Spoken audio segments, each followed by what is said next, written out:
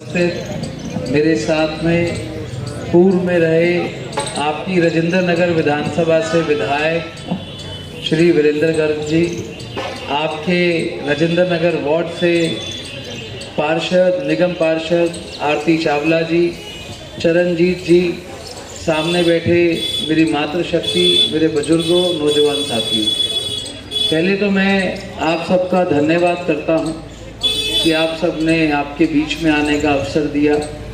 और आज एक बड़ी खुशी की बात है कि हमारे जो राजेंद्र नगर से पार्षद हैं उन्होंने बीजेपी परिवार का दामन थामा, और जो पूर्व में रहे हमारे विधायक श्री वीरेंद्र गर्ग जी, इन्होंने भी बीजेपी का दामन थामा है। मैं इनका हार्दिक स्वागत अभिनंदन करता हूं, क्योंकि एक बहुत बड़ा निर्णय लिया है इन्होंने।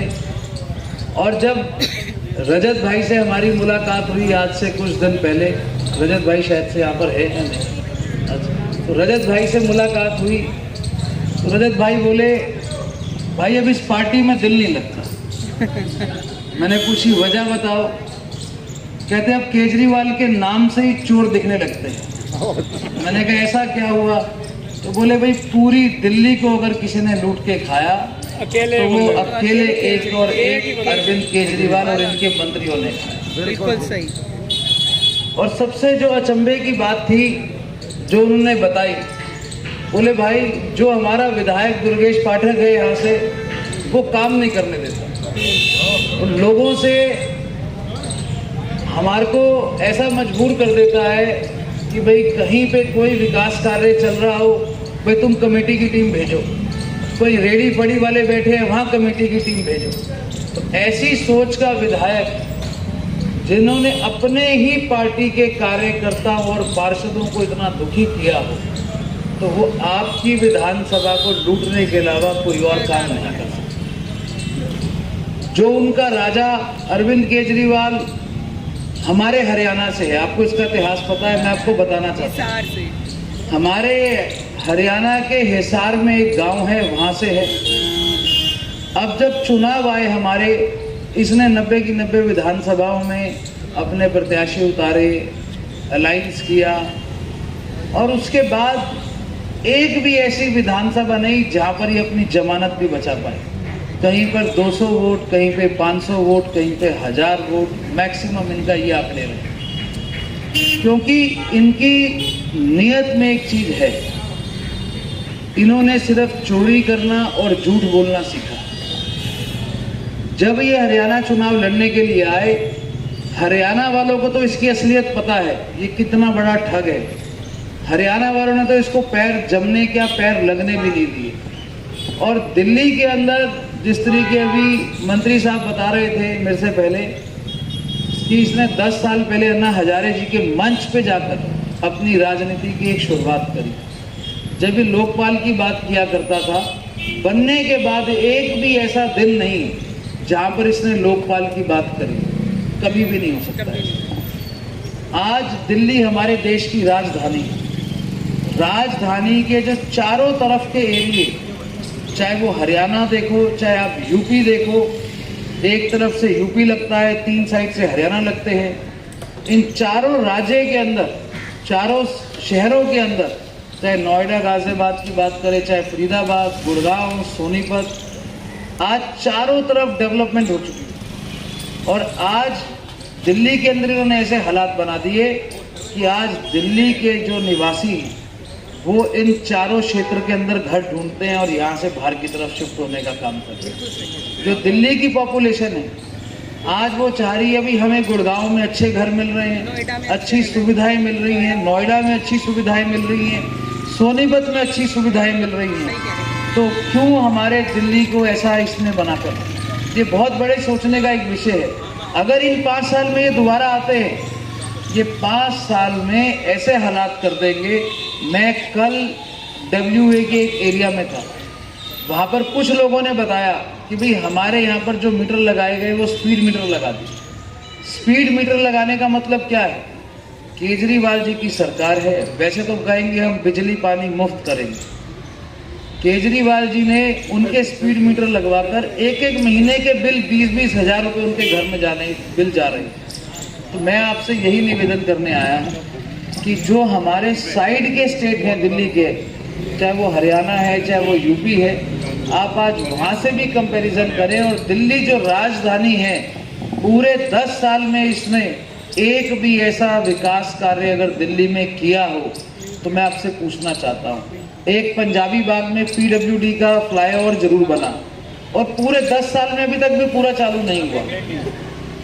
आप हमारे यहाँ पर आके देखो, फ्लाईओवर का समय है 3 साल का, तो 2 साल में पूरा होता है, 2.25 साल में पूरा होता है। कंपटीशन होता है कि भाई ये काम इतने दिन का है तो इसको उससे पहले ख़त्म करना है। इन्होंने 10 साल में भी वो फ्लाईओवर ऐसा बनाया, आज पूरा भी चालू नहीं हुआ। और अगर आप उस फ्लाईओवर को सही तरीके से देखो, आप यूँ नहीं कह सकते कि वो नया फ्लाईओवर बना है। तो मैं आपको यही कहना चाहता हूँ कि जो आपके प्रत्याशी हैं उमंग बजाज, नारायणा से पार्षद भी हैं, और नारायणा में जो उन्होंने काम करे, जो विकास कार्य करे, जो चीज़ कॉरपोरेशन में नहीं भी आती, और जहाँ पर जो छोटे क्लस्टर एरिया है नारायणा के, वहाँ के लोग दुखी थे जिस चीज़ से, और दुर्गेश पाठक उनकी सुनवाई नहीं करता, तो उस चीज़ों को भी उमंग बजाज ने वहाँ पर काम करवाने के उसने पूरे प्रयास करे। चाहे किसी घर तक पानी नहीं पहुँच रहा तो प्राइवेट व्हीकल लगाकर पानी पहुँचाया, कहीं सीवरेज या लाइट नहीं है तो वहाँ प्राइवेट टीम से काम करवाया। तो जिस व्यक्ति की सोच काम कराने की हो तो वो आपके बीच में, और आपका अपना बेटा, अपना भाई जो आपका अपने बीच में से है, कोई बाहर से भी नहीं, आपके अपने बीच में से, जो ये बाहर वाला व्यक्ति आपके बीच में आया है, इसने, हम बहुत जगह मैं घूम रहा हूँ, मैं 20-25 दिन से यही हूँ दिल्ली के अंदर, बहुत लोगों से भी मिल रहा हूँ, बहुत एरिया में भी घूम रहा हूँ। एक बात लोग जरूर कहते भाई साहब अगर हम दुर्गेश जी को फ़ोन करते हैं, फ़ोन तो उठा लेते हैं, पर काम आज तक कभी किसी का नहीं किया।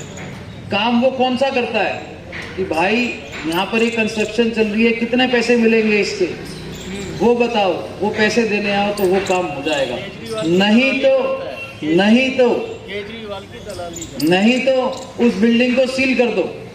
ऐसे काम दुर्गेश पाठक करता है, क्योंकि उसको यहाँ के लोगों से प्यार ही नहीं है, जुड़ाव ही नहीं है। उसको सिर्फ एक चीज़ समझ में आती है कि किस तरीके यहाँ के लोगों का पैसा लूटूं और अपना घर भरूं।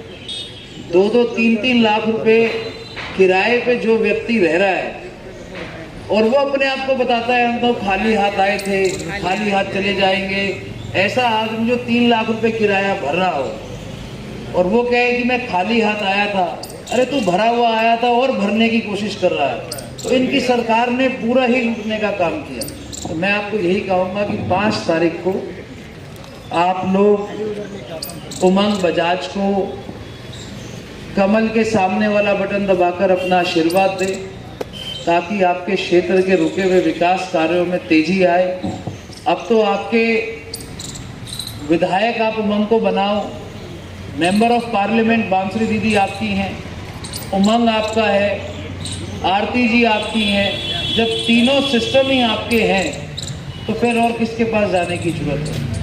और भाजपा परिवार तो ऐसा परिवार है जो काम करने की नीयत से आगे बढ़ता है।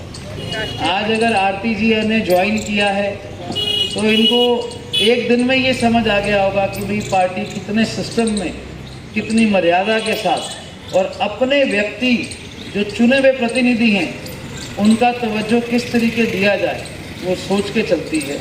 तो मैं तो दोबारा से आप सबको जो साथ में बैठे हैं, जिन्होंने अभी अभी भाजपा परिवार ज्वाइन किया है, मैं आपका दोबारा से हार्दिक अभिनंदन, स्वागत करता हूं।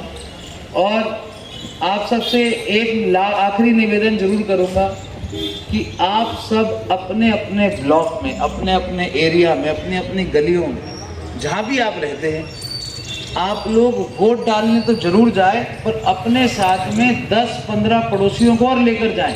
क्योंकि लोग समझते हैं कि चुनाव का दिन छुट्टी का दिन है। ये छुट्टी का दिन नहीं है, ये आप लोगों की दिल्ली की भविष्य को तय करने का दिन है।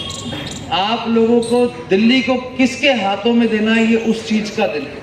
तो आप सब जैसे कहते हैं ना, कंपटीशन लगाएं कि कौन से ब्लॉक से कितनी वोटिंग होगी। तो आप अपने अपने ब्लॉक को नंबर 1 लाने की कोशिश करें। आपकी पार्षद आपके बीच में है, विजेंद्र गर्ग जी बीच में है, हम लोग सब सहयोग कर भी रहे हैं और प्रयास कर रहे हैं किस तरीके हम आपके क्षेत्र को, पूरी दिल्ली को, राजेंद्र नगर विधानसभा को हम बेहतर बनाएं।